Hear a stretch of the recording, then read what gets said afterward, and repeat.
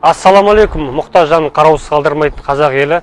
Сіздерді сауаптар еселеп жазылатын Рамазан айында игі істі жасауға шақырамын.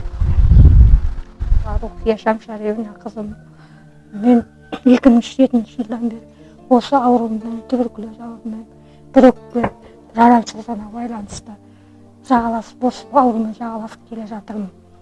Бұл өкпемен істеуге болар еді, бірақ өкпенің үстіне бронхитіне астма қосты, оның үстіне өтте тас бар, 2-4.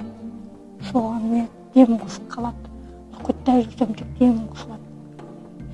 Сосын осы бұл өлеңкі жалда отырып, жалда отырам, күйеуім 50 мыңның жолақысында істейді. Мына балдарым бастарына да жарас жауып, қиыншылықты тартып келе жатыр 10 жылдан бері.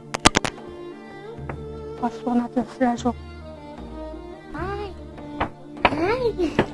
Өз инвалидтің ағаша. Балдарым ішуіне де жетпейді.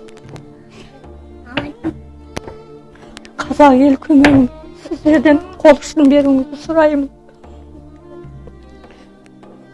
Өзім аппараттың күшіменен әрең дегенде дем алып жүрмін. Дем қысқан келді балдарым қойқан өліп кетіп болдым. Кәдім күлеші алып отырып қалам. Алла разылығы үшін қол ұшын созуыңызды сұраймын. Көмектесем деген жандарға Бопыл Сматтың атына берген реквизит көрсетілген. Алла Тағала беріп жатқан садақаларын қабыл етсін, ұстап жатқан оразаларын қабыл қылсын. Ассаламу алейкум ва рахматуллахи ва баракатуху.